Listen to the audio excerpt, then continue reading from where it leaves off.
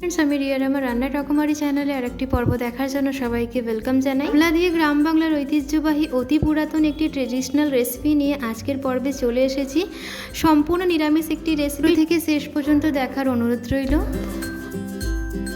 আমি 2 বাটি শাপলা নিয়েছি। এটা প্রথমে আমি শাপলাগুলোকে ভালো করে ধুয়ে নিয়েছি, কেন কি বাজার থেকে আনা শাপলা, তার জন্য প্রথমেই আমি ধুয়ে নিয়েছি। তারপরে শাপলার ফুলগুলোকে আমি গোড়ার থেকে কেটে নেব। শাপলার ফুলেরও বড়া হয়, যদি তোমরা বড়া রেসিপি দেখতে চাও আমার চ্যানেলে দেওয়া আছে, গিয়ে দেখে আসতে পারো। তারপরে শাপলার ফুলগুলোকে আমি কেটে নিয়েছি। এবার মাঝখান থেকে অনেকটা বড় শাপলা বলে মাঝখান থেকে কেটে নিয়ে 2 ভাগে ভাগ করে নিলাম। ছুরির সাহায্যে বা হাতের সাহায্যে কিন্তু শাপলার যে উপরের খোসাটা হয় খুব ভালোভাবে বেরিয়ে যায়।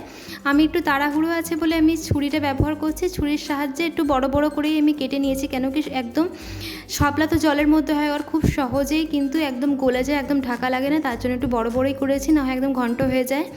এই যে শাপলাগুলোকে কেটে ভালো করে ধুয়ে ঝুড়িতে নিয়ে নিয়েছি।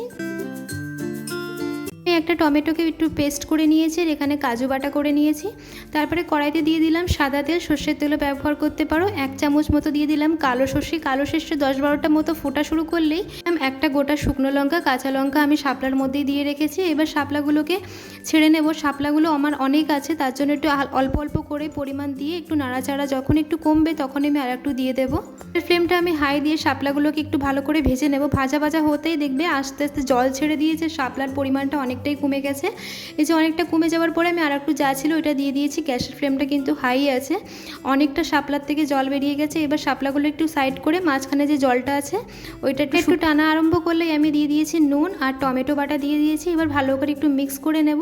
নিয়ে পরে একটু 5 মিনিট পরে আমি একটু হলুদ দিয়ে দিয়েছি, কেন শাপলা তো লাগে না, তার জন্য একটু সামান্য পরিমাণ মতো দিয়ে দিয়েছি হলুদ গুঁড়ো দিয়ে একটু ভালো করে একদম ভালো সুন্দর করে নাড়তে তালে থাকবো। গ্যাসের ফ্লেমটা কিন্তু একদম হাই থাকবে।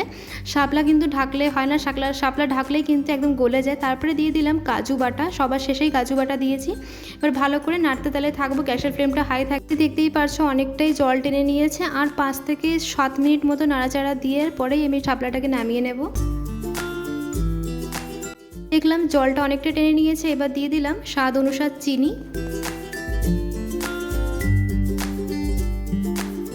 তারপরে 2 থেকে 3 মিনিট নাড়াচাড়া দিয়ে এবার গ্যাসের ফ্লেমটা আমি অফ করে দেবো। এবার একটু সার্ভ করে নেব। আমার কাজু শাপলাটি পুরোভাবে তৈরি হয়ে গেছে। এটা গরম ভাতের সাথে বা রুটির সাথে খেতে ভীষণ ভালো লাগে। এটা গ্রাম বাংলার ঐতিহ্যবাহী অতি একটি পুরাতন রেসিপি, অবশ্যই কিন্তু তোমরা ট্রাই করো।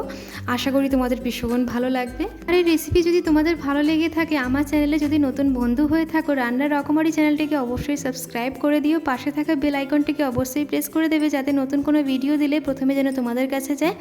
সবাই ভালো থেকো, সুস্থ থেকো। নতুন একটি রেসিপি নিয়ে আবার দেখা হবে। হাসি তাহলে, ধন্যবাদ।